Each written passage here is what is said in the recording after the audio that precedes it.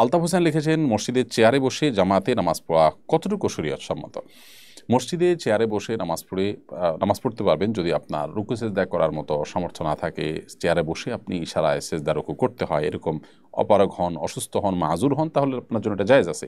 এবং যে কাজ জায়েজ আছে সেটা মসজিদেও জায়েজ আছে, সেটা বাসায়ও জায়েজ আছে। তবে সামান্য একটু শরীর ব্যথা বা সামান্য একটু খারাপ লাগছে, এই যুক্তিতে আপনি মসজিদে চেয়ারে বসে গেলেন না, বসে নামাজ পড়া শুরু করলেন, সেটা কিন্তু জায়েজ হবে না। কারণ এতে আপনার যে ফরজ বিধান আছে রুকু সেজদা এবং দাঁড়িয়ে সালাত আদায় করা যথাযথভাবে, সেটাতে ব্যাঘাত হয়ে থাকে, সেই জন্য এটা করা সঠিক হবে না।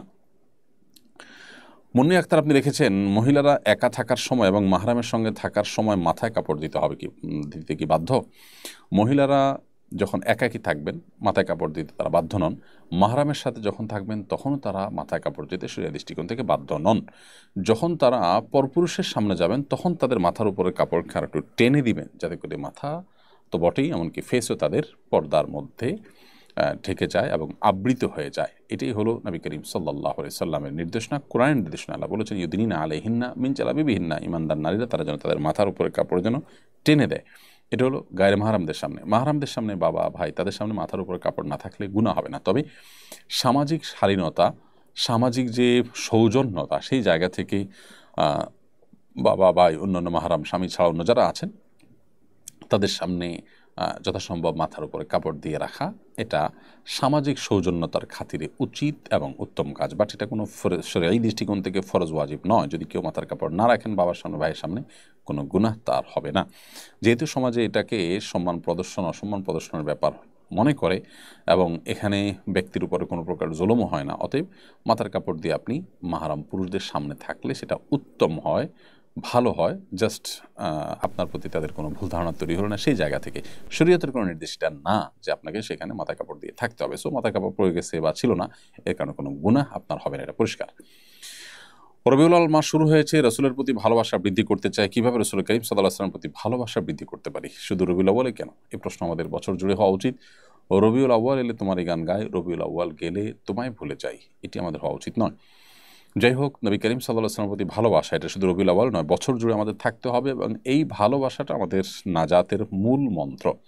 প্রিয় নবী সাল্লাল্লাহু আলাইহি ওয়াসাল্লামের প্রতি ভালোবাসার দাবি হিসেবে আমরা দাবিতে আমরা সত্যবাদী হওয়ার জন্য তার অনুকরণ করাটা সবচেয়ে বেশি জরুরি। এবং ভালোবাসা বৃদ্ধি করবার জন্য তার সম্পর্কে জানার কোনো বিকল্প নেই। আপনি যত বেশি নবী সাল্লাল্লাহু আলাইহি ওয়াসাল্লাম সম্পর্কে জানতে পারবেন, যত বেশি তার সিরাত নিয়ে আপনি ঘাটাঘাটি করবেন, স্টাডি করবেন, পড়াশোনা করবেন, চর্চা করবেন, তত বেশি তার প্রতি আপনি আকৃষ্ট হবেন, তত বেশি আপনি তার দিকে ধাবিত হবেন, তত বেশি আপনি তার তার প্রতি ভালোবাসা আপনার মধ্যে বৃদ্ধি পাবে। কারণ তার গুণগান যখন আপনি জানবেন, তার গুণাবলী, তার বৈশিষ্ট্য, তার জীবনচরিত, তার জীবনচরিতের মাধুর্য, এগুলো যত বেশি আপনি জানতে পারবেন, তত বেশি আপনি স্বাভাবিকভাবে তার প্রতি অনুরক্ত এবং তার ভালোবাসায় সিক্ত হবেন।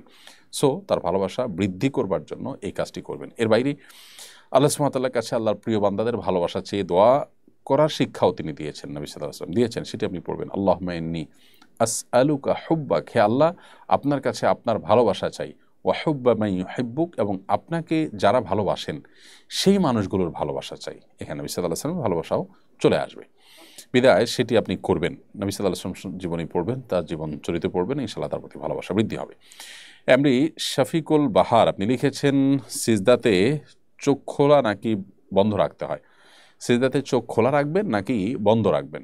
উত্তর হলো, সিজদা এবং পুরো নামাজ জুড়েই চোখ স্বাভাবিকভাবে রাখাটাই হলো সুন্নাহ।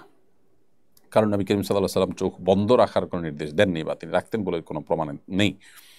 বাট কেউ যদি চোখ বন্ধ করলে তার মনোযোগটা একটু বেশি থাকে, তাহলে তার জন্য জায়েজ আছে। অতএব এটা সিজদা হোক আর দান হোক, একই কথা প্রযোজ্য হবে। যে সিজদা গেলে আমি চোখ বন্ধ করলে খুব বেশি মনোযোগ হয়, ওকে, বন্ধ রাখতে পারেন আপনি, এটা মনোযোগ রাখার প্রয়োজন আপনি করতে পারেন। তবে এটাকে সিস্টেম বানানো, অর্থাৎ মনোযোগ রাখার ইস্যু না, ইস্যু হলো যে চোখ বন্ধ করে নামাজ পড়াটাকে উত্তম মনে করি আমরা, এরকম যদি হয় তাহলে এটা ভুল হবে। কারণ কোনো কোনো বর্ণনা ইয়াহুদিরা এটি করেন।